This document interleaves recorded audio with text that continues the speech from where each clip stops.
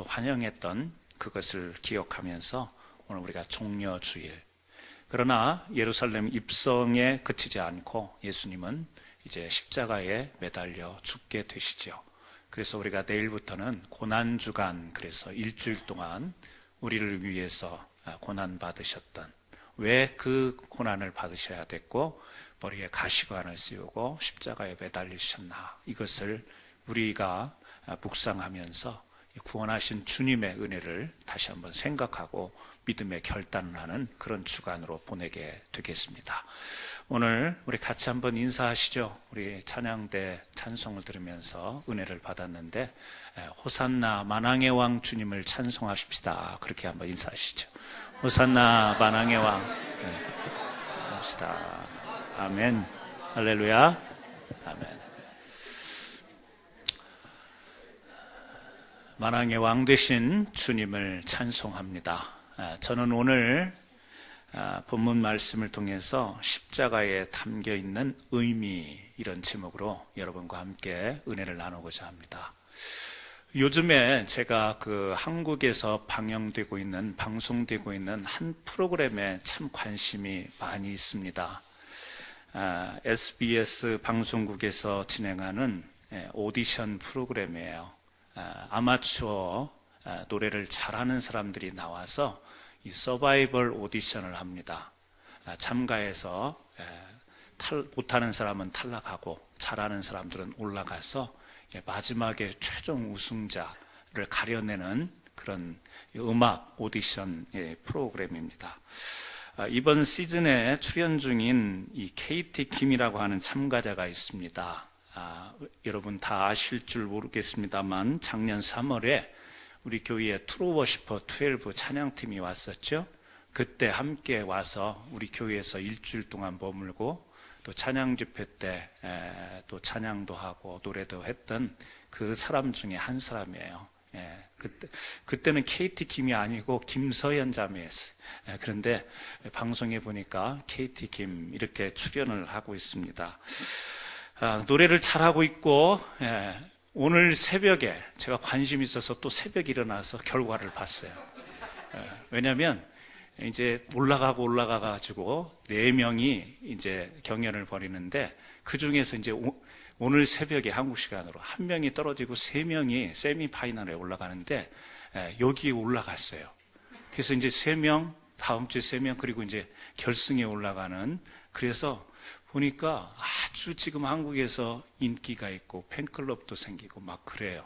그래서 참 잘됐다, 신앙을 가진 자매인데, 그런데 그 자매가 불렀던 그 노래 중에, 죄송합니다, 강단에서 이렇게 이야기를 해도 될지 모르겠지만, 제가요 대중가요를 잘 아는 것도 아니고 또 모르는 것도 아니고, 그런데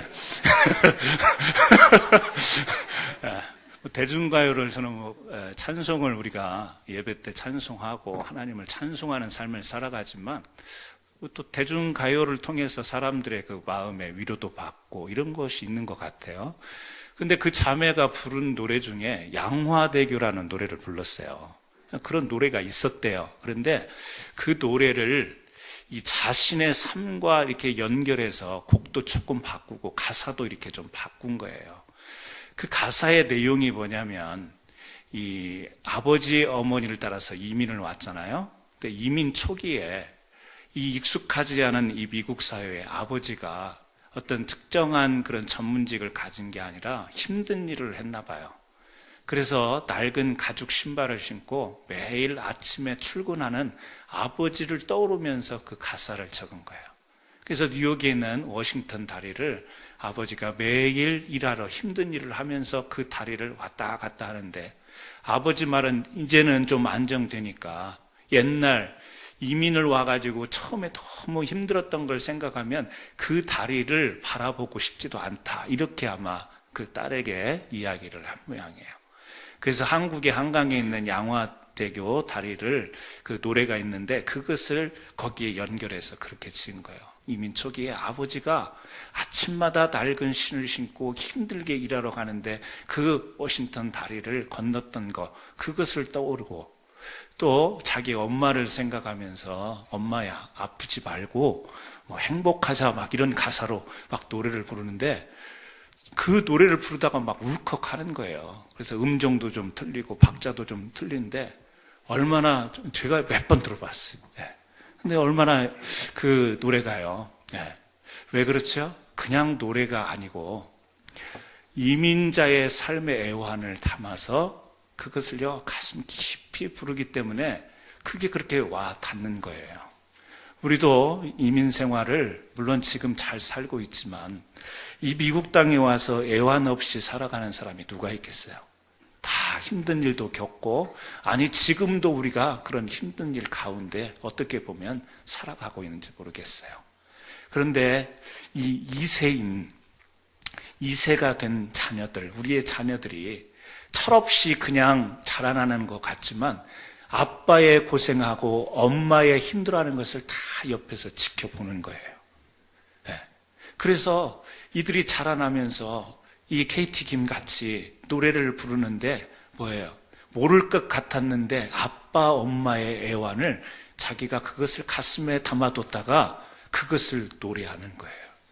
그래서 어떤 칼럼에 이충환이라고 하는 작곡자가 그런 이야기를 하는 거예요. KT 김의 노래를 듣고 이번에 그 서바이벌 오디션에 참가한 이 미국에서 온 그 사람들이 몇 명 있었나 봐요. 그런데 그 중에 한 사람은 다 여자들인데 한 사람은 그 아버지가 미국에 와서 11살 때 사고로 돌아가시고 그래서 호르몬이 밑에서 크고 또 한 사람은 또 아버지가 안 계신데 어머니가 세탁소를 운영하면서 자기를 키운.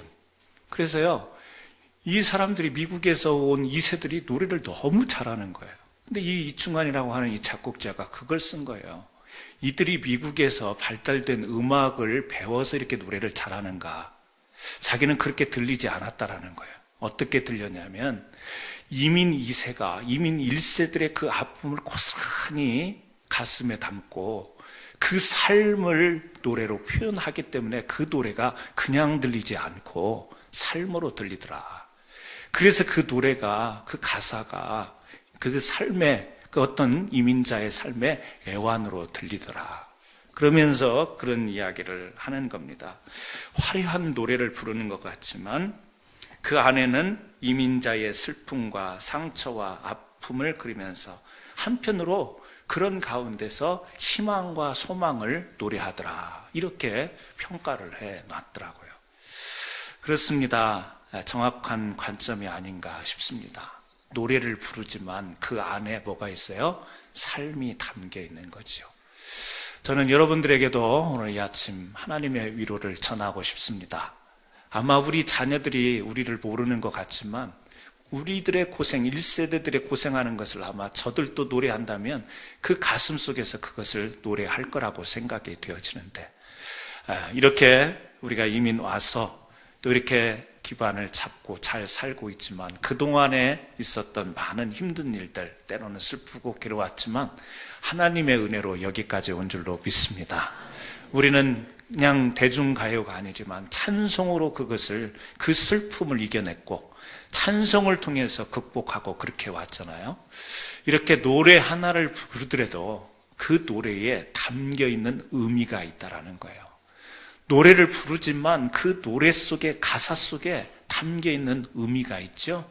그런 것처럼 오늘 우리가 마주 대하고 있는 이 십자가, 이미 신앙의 고백을 통해서 이 십자가가 우리에게 주는 의미를 잘 알고 있지만 다시 한번 부활절을 앞두고 이 십자가의 의미를 되새길 수 있는 그런 시간이 되었으면 좋겠습니다.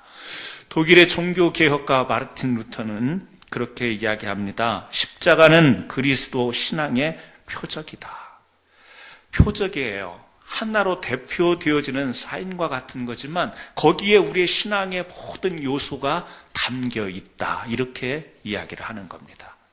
오늘 우리가 보게 되는 이 고린도전서를 보게 되면요, 이 고린도 교회는 참 대단한 교회였습니다. 우리가 읽진 않았지만 5절에 보면 고린도 교회의 성도들은 어땠는가 엿볼 수 있는 말씀이 나와요. 이는 너희가 그 안에서 모든 일, 모든 언변과 모든 지식의 풍족함으로 고린도 교회의 성도들은요, 참 똑똑한 사람들이었습니다. 지식적으로 풍부한 사람들이었어요. 그뿐만 아니죠. 7절에 보면 너희가 모든 은사에 부족함이 없이 우리 주 예수 그리스도의 나타나심을 기다림이라.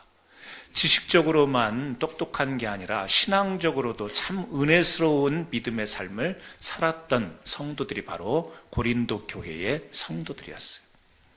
그런데 그 고린도 교회에 치명적인 문제가 있어요. 어떤 문제가 있죠? 그 안에 여러 갈래가고 이 교회의 성도들이 갈려져 있던 겁니다.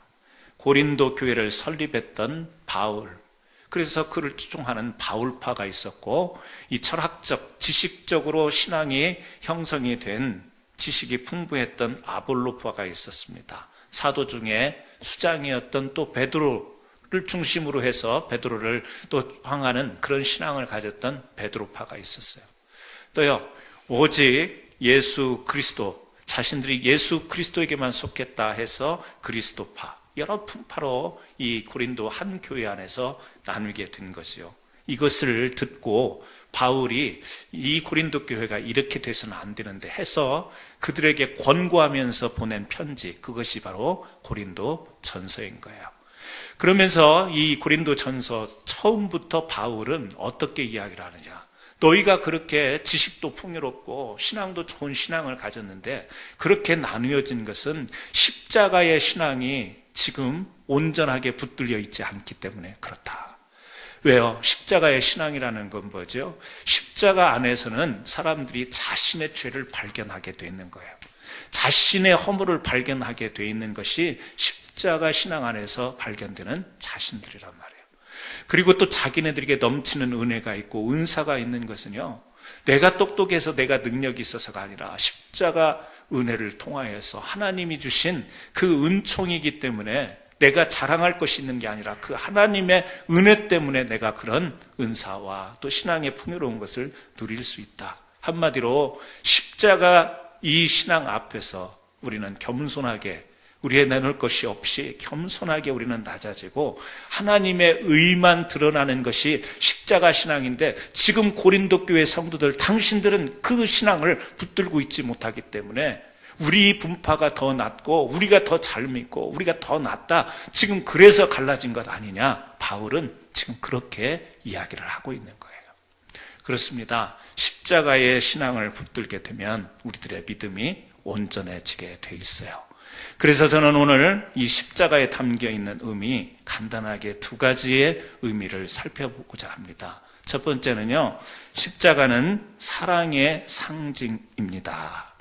사랑, 이 십자가라고 하는 것은 이 사랑, 이미 우리가 아마 수천 번도 더 우리가 들었을 거예요. 십자가 사랑, 십자가 사랑. 프랑스를 비롯한 유럽 지역에서 전해온 전래 동화가 있어요.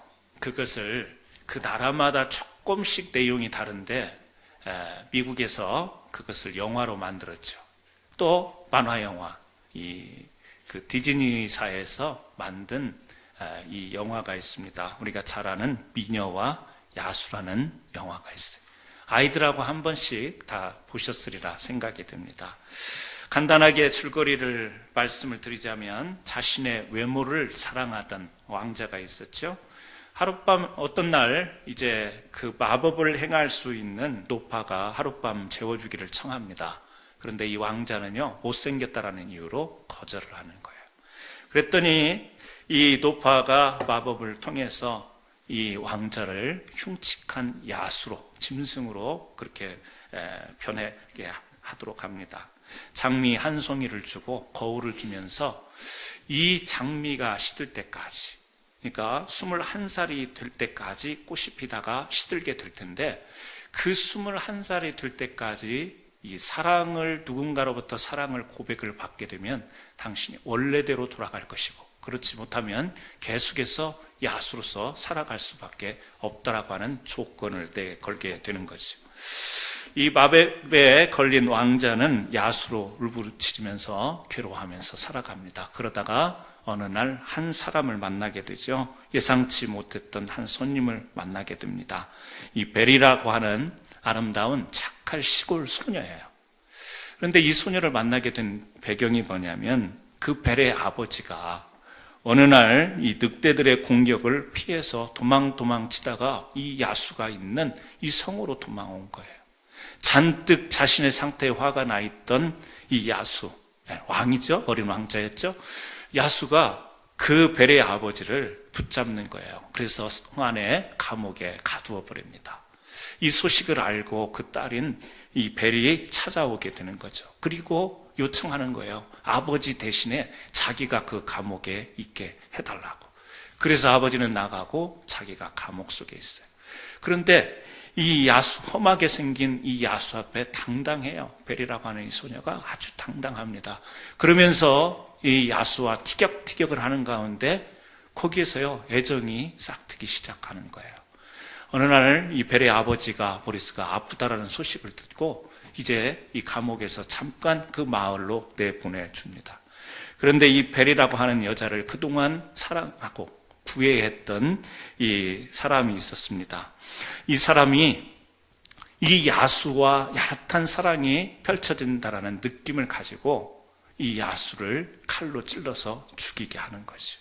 그래서 쓰러졌는데 그때 이제 이 벨이라고 하는 소녀가 와서 안으면서 칼에 맞은 야수를 붙잡고 거기에서 자신의 사랑을 고백합니다. 사랑을 고백하는 순간 어떻게 돼요? 짠 하면서 이제 다시 그 마법에 걸렸던 그 마법이 풀리면서 왕자로 돌아오게 됐다는 그런 이야기죠.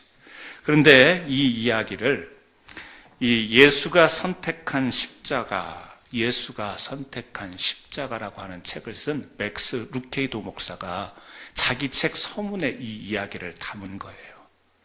이 미녀와 야수의 이야기처럼 우리가 전에는 하나님의 거룩한 백성, 왕자로 살았었는데 이 마법에, 죄성의 마법에 걸려서 야수가 됐다라는 거죠. 우리가 다 죄의, 사단의 그 유혹을 통해서 아담과 하와 이후로부터 그 죄성이 들어와서 우리는 죄의 야수들이 됐다라는 거예요. 그러나 이 땅에 예수 그리스도, 그 십자가 사랑으로 다가와서 우리에게 일방적으로 그 사랑을 고백하고 사랑을 전해준 그 예수님의 사랑으로 우리는 야수에서 다시 원래의 하나님의 자녀들로, 하나님의 왕자들로 변하게 되었다. 그것을 이 맥케이도 목사님은 이 디즈니 만화 영화를 통해서 우리에게 전하고 있습니다. 그렇습니다. 우리에게 그런 것이 있어요. 우리도 어찌 하나의 영화를 바라보면서 재밌는 스토리로 바라볼지 모르지만 우리가 그러한 삶을 살아갈 수 있습니다. 죄의 야수성. 그래서 2차 대전 때 유대인이 600만 명의 이 집단 학살을 받잖아요. 그 학살을 당하는 데 있어서 주도적인 인물은 히틀러였지만 그것을 실행한 사람은 아돌프 아이만이라는 사람입니다. 이 히틀러는 자살을 했기 때문에 시체로 발견이 되고 이제 이 이스라엘의 이 전쟁이 난 뒤에 이스라엘의 모사드가 이 아돌프 아이만을 찾아놨어요. 이 전쟁의 전범이잖아요. 600만을 학살한 그런 장본이기 때문에 찾아 나서지만 찾지 못하다가 1960년에 아르헨티나에서 이 사람을 아돌프 아이만을 찾습니다. 그리고 2년의 재판을 진행해요. 그리고 이제 2년의 재판을 통해서 이 600만 명을 살해하게 된, 유대인들의 600만 명을 살해하게 된 그 전체 내용을 하나씩 들어갑니다. 그런데 그 재판하는 과정에 에힐 다이누라고 하는 사람, 유대인입니다. 이 학살 당할 뻔했다가 겨우겨우 목숨을 자기는 건졌던 이 에힐 다이누가 이 아우비츠 수용소에 잡혀갔던 산 증인인데 이 사람이 이 재판에 참여하는 가운데에 지켜보다가 어느 날 그냥 그 자리에서 기절을 한 거예요. 막 흐느껴 울다가 의식을 잃어버린 거예요. 사람들이 바라보고 기자들이 몰려와서 나중에 왜 그랬는지를 이 사람과 인터뷰를 하면서 그 내용을 듣게 됩니다. 근데 이 에힐 다히누가 아돌프 아이만의 재판하는 그 법정에서 그 슬퍼하면서 흐느끼면서 우는 것.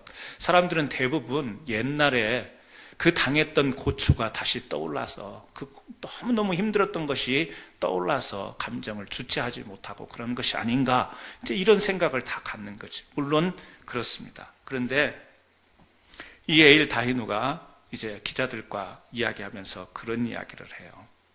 자기는 이 하이만이라는 사람이 600만 명이라는 사람을 학살을 하고 죽였기 때문에 엄청난 악마 같은 존재일 거라고 생각을 하고 그런 마음으로 지금까지 살아왔는데, 재판하는 과정에서 보니까 나하고 똑같이 생긴 한 노인, 이제는 늙었으니까요, 나이가 먹었으니까 나하고 별 다름없는 평범한 한 노인이라는 사실에 자기가 충격을 받았다라는 거예요. 600만을 살해할 정도면 아주 생김새나 또 그런 그 사람에게서 풍기는 것이 뭔가 좀 이상하고 특별할 것 같았는데, 재판하는 과정에 서 있는 그 사람을 보니까 자기하고 별 다름없는 너무 평범한 사람이라는 사실에 대해서 충격을 받고, 두 번째는요, 그 하이만을 보면서 자기의 마음속에 이끌어나는, 자기의 마음속에 그 사람을 보면서 살인의 원흉이라고 하면서 저런 인간은 쓸어버려야 돼, 저런 사람은 재판도 필요 없어, 죽여버려야 돼, 이런 마음이 일어나는 자신의 마음을 보면서 놀란 거예요. 왜?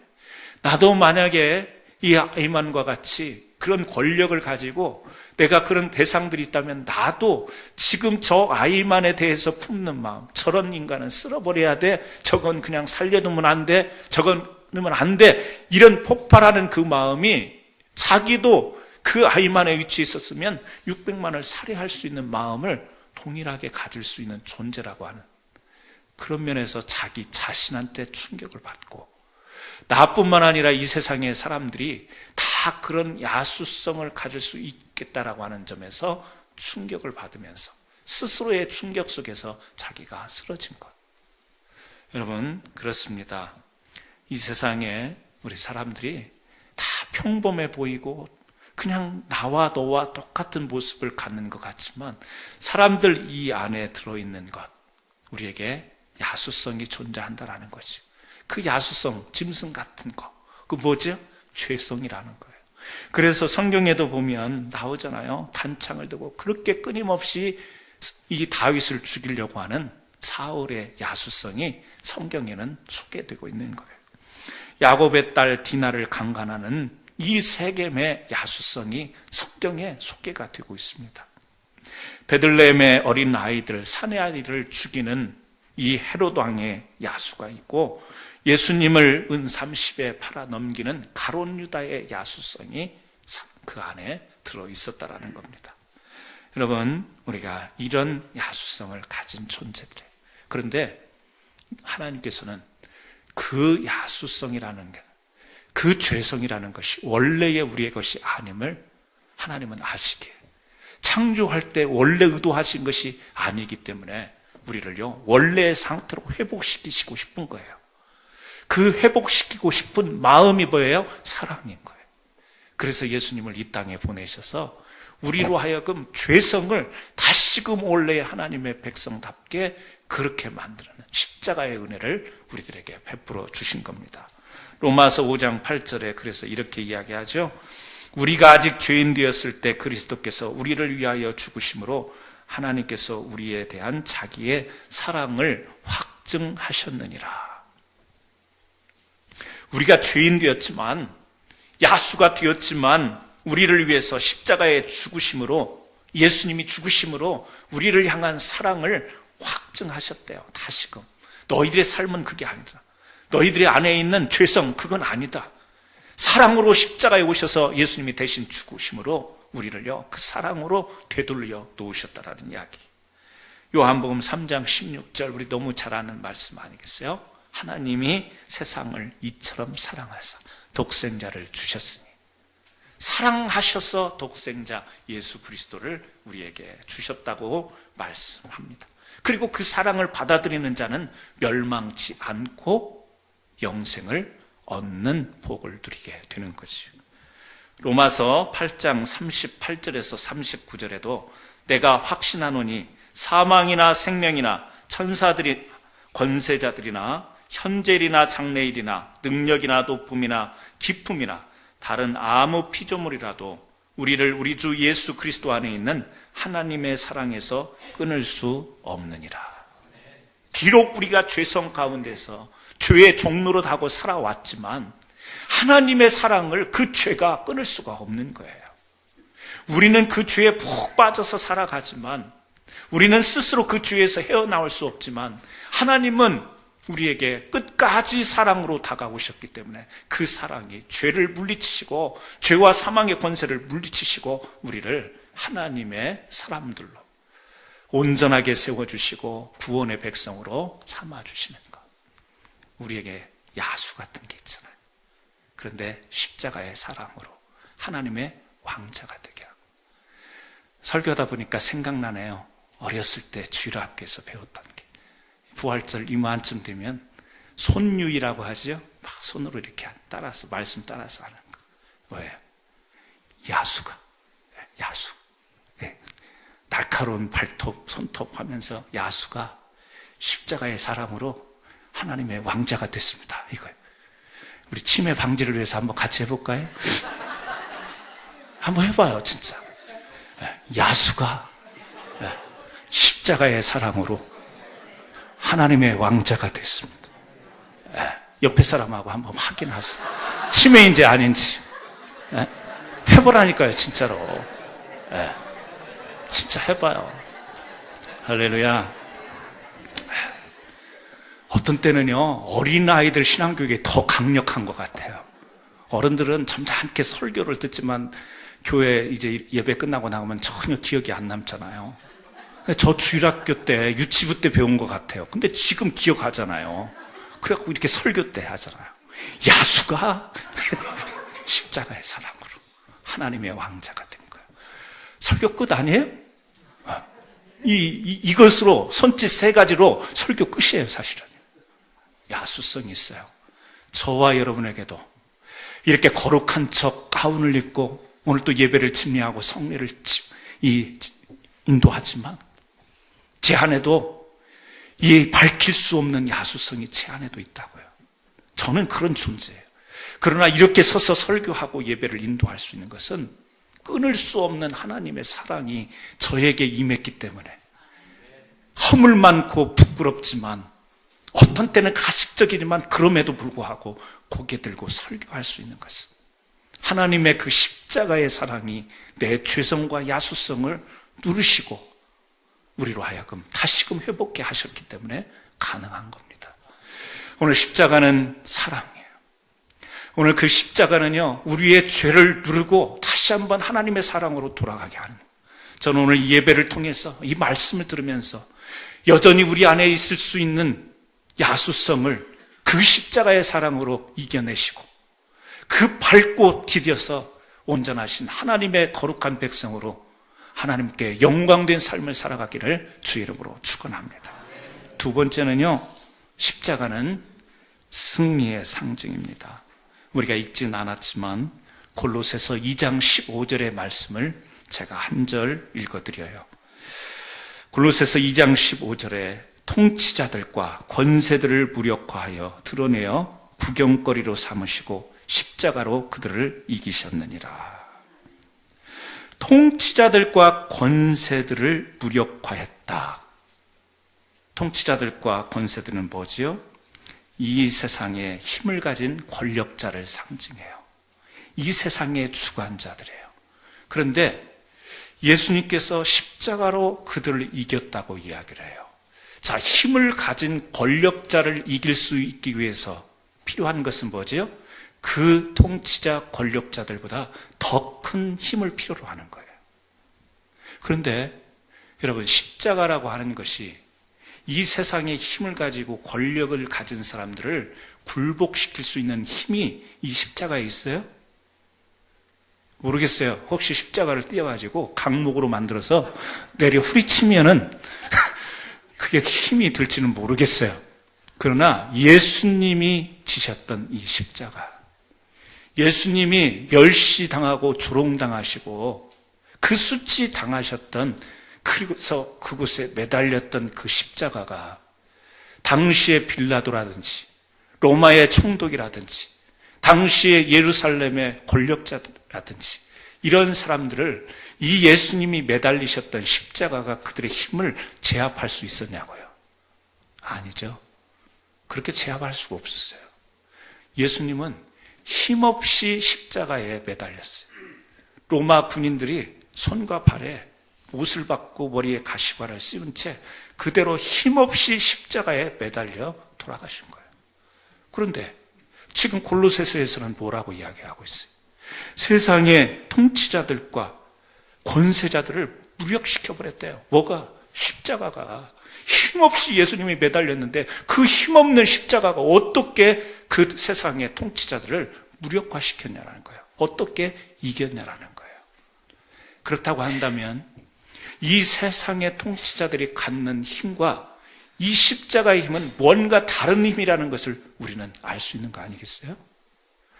세상이 권력자들이 더 큰 힘을 가져서 더 많은 것을 누리려고 하는 그 힘의 소유를 바라는데 그 힘과 예수님이 힘없이 돌아가셔서 매달리셨던 그 십자가의 힘은 분명 다르다라는 거예요. 예수님이 매달리신 십자가의 힘은 무슨 힘이에요? 분명히 힘없이 매달리셨지만 예수님은 거기에서 죽은 것으로 그친 게 아니라 다시 살아나셨죠. 부활하셨죠. 어떤 힘이에요? 생명의 힘인 거예요. 살아나신 힘. 그걸 우리는 생명 그렇게 이야기하는 거예요. 이 세상에서 우리 힘 있는 거 좋아하잖아요.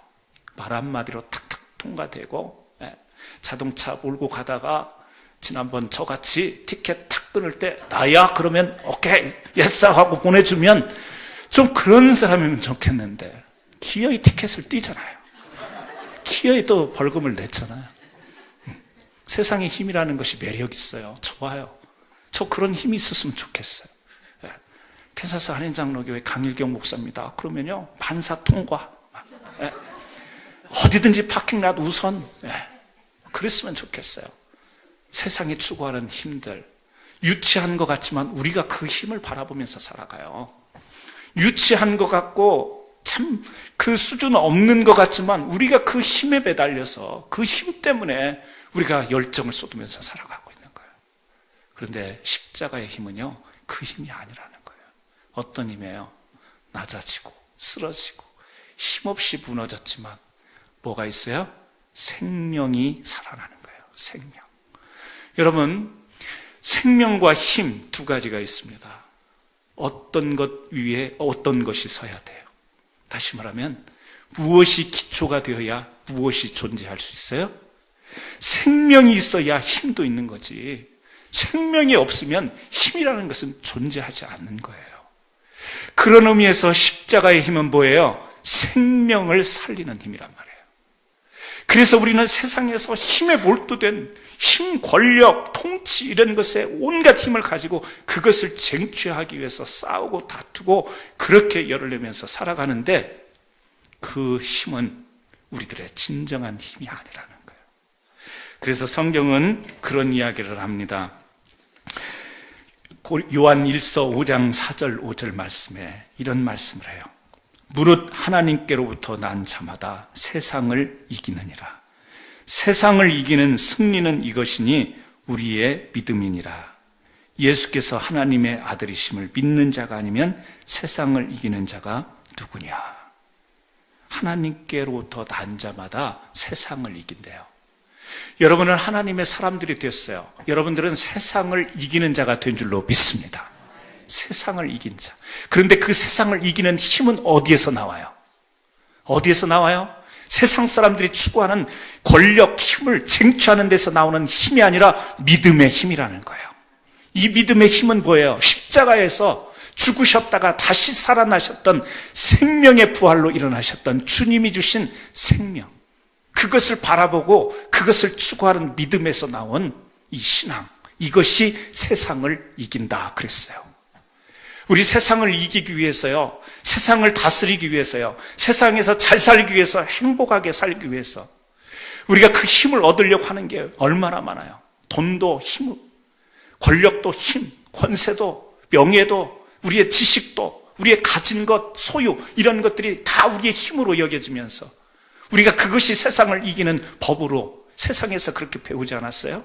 그래서 남보다 앞서야 되고 남보다 위에 있어야 되고 여기에 오늘 또 뒤질 수 없어서 오늘 우리는요 우리의 모든 삶의 에너지를 그곳에 다 쏟아붓고 있잖아요. 그런데 그것은 성경이 이야기하여 뭐예요? 그것은 단지 힘에 불과한 거예요. 오늘 성경은 우리에게 이 십자가를 붙들고 승리하라고 말씀하시는데 그 승리의 내용은 뭐예요? 생명이라는 거예요. 저와 여러분이 예수 그리스도의 은혜로 이 부활의 생명을 얻은 줄로 믿습니다. 여러분은 우리가 그 생명을 가지고 지금 이 시간에 예배하는 거예요. 그렇기 때문에 십자가는 우리들에게 뭐가 돼요? 능력이 되는 거예요. 믿지 않는 자들은요, 십자가의 도가 어리석게 보이는 거예요. 그러나 우리에게는 이것이 구원의 능력이 되는 거예요. 이 십자가를 우리가 사랑하는 거예요. 오늘 또 이 십자가를 붙들고 믿음으로 나가는 거예요. 사랑하는 성도 여러분, 오늘 말씀을 마칩니다. 저와 여러분, 이 십자가를 통해서 여러분 안에 있는 죄성, 야수와 같은 그 모든 죄성들을 십자가, 그 사랑으로 다 녹이시기를 주의 이름으로 축원합니다. 아울러서 오늘 십자가는 우리의 승리입니다. 그 승리는 세상에 힘을 얻는 승리가 아니라 바로 생명을 얻는 승리.